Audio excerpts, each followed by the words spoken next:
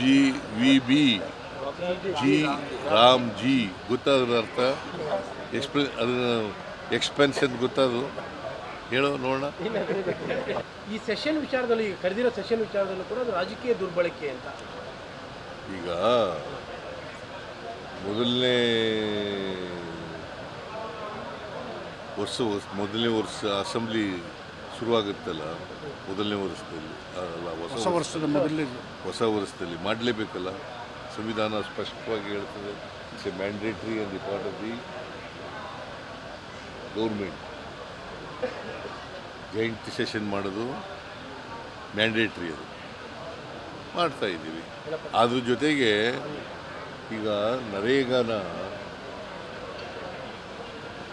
ಉದ್ದೇಶ ಏನು ನಿಮಗೆ ಅದು ಗೊತ್ತಾ? ನಿಮಗೆ ನರೇಗಾ ಉದ್ದೇಶ ಯಾಕಾಯಿತು ಅಂತ?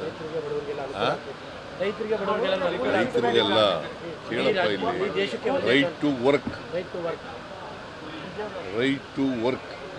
Right to information, right to education, right to food. ಇದನ್ನು ಮಾಡಿದವ್ರು ಯಾರು? U P A government, Manmohan Singh ಅವರು ಪ್ರಧಾನಮಂತ್ರಿ ಆಗಿರುವಾಗ ಮಾಡಿದ್ದು. ಅದನ್ನು ಹಾಳು ಮಾಡೋಕೆ ಹೊರಟಿದ್ದಾರೆ. ಅದಕ್ಕೋಸ್ಕರ ವಿಶೇಷ ಅಧಿವೇಶನ ಕರೆದು ಅದನ್ನು ಖಂಡಿಸಿ ಮತ್ತೆ ಮನ್ರೇಗನ ರೆಸ್ಟೋರ್ ಮಾಡಬೇಕು.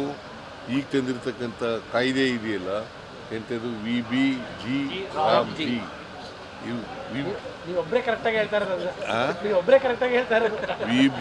V B G RAM G ಗೊತ್ತಾದ್ರ ಅರ್ಥ ಅದನ್ನ ಎಕ್ಸ್ಪೆನ್ಷನ್ ಗೊತ್ತದು ಹೇಳೋ ನೋಡೋಣ.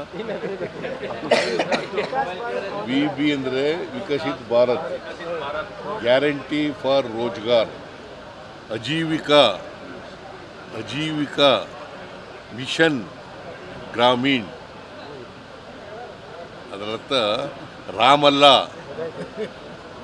Rozgar, guarantee for Rozgar, Ajeevika mission Gramin ಅಂತ ಅದರ ಅರ್ಥ.